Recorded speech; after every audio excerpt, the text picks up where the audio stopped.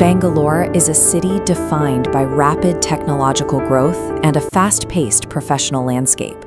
But on April 21, 2026, it became the setting for a calculated domestic crime. That Tuesday afternoon, screams were heard coming from an apartment in Anjananagar. Minutes later, dark smoke began pouring from a third-floor window. Neighbors saw 27-year-old Prema running out of the building. She was in a visible panic, telling everyone that her boyfriend, Kiran, had just set himself on fire. Kiran died inside the apartment before help could reach him. To those standing on the street, the scene appeared to be a horrific case of self-immolation. As investigators stepped into the room, they immediately encountered details that didn't belong in a suicide. DCP D.L. Nagesh and the Bayadarahalli police team arrived to secure the apartment and begin their inquiry. Prema repeated her story to the officers. She claimed she had been in the bathroom and only discovered the fire after she walked out, but an inspection of Kiran's body suggested something else. The posture and the placement of the burns did not match the erratic movements typically seen when someone sets themselves on fire. These initial observations gave officers enough reason to move past the suicide claim and look deeper into the room's physical history. Medical examiners pointed to distinct friction burns and bruising around Kiran's wrists, marks left by heavy rope restraints. These restraints made Prema's story physically impossible. A person securely bound to a chair cannot reach for fuel to douse themselves. Security footage from the neighborhood added another layer to the investigation. It showed Kiran arriving at the building on his motorcycle carrying only a small bag. He had no fuel canisters with him.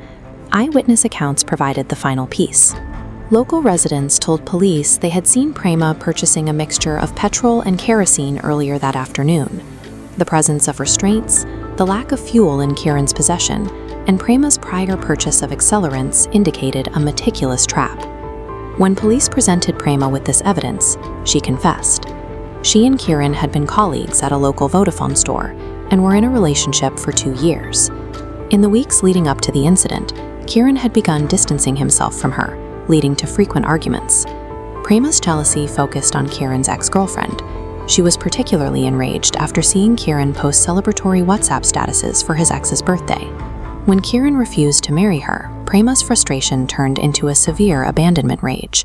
In her mind, his rejection justified his death. Prema planned the murder over 48 hours, waiting for a time when her mother and brother would be away from the house.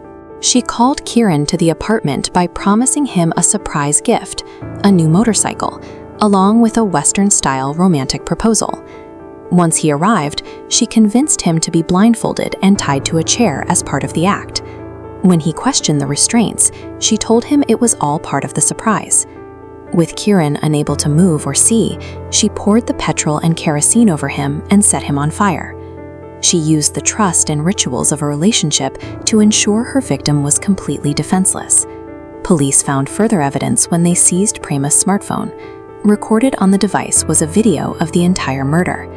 Investigators believe she filmed the act to either document her revenge or to use the footage to support her suicide claim. Prema also had poison and tablets ready to stage a double suicide, but she abandoned the plan and fled the room when the smoke became too intense. Her decision to record the act provided the police with irrefutable proof of her intent. Prema was taken into custody and charged with premeditated murder under the Bharatiya Nyaya Sanhita. Kiran's family in the Tumakuru district were left devastated. His body was sent for a final postmortem to confirm the details of his death. Prema used the guise of a relationship to execute a lethal, selfish obsession. No matter how elaborate a lie is constructed, forensic evidence and digital footprints eventually reveal the truth.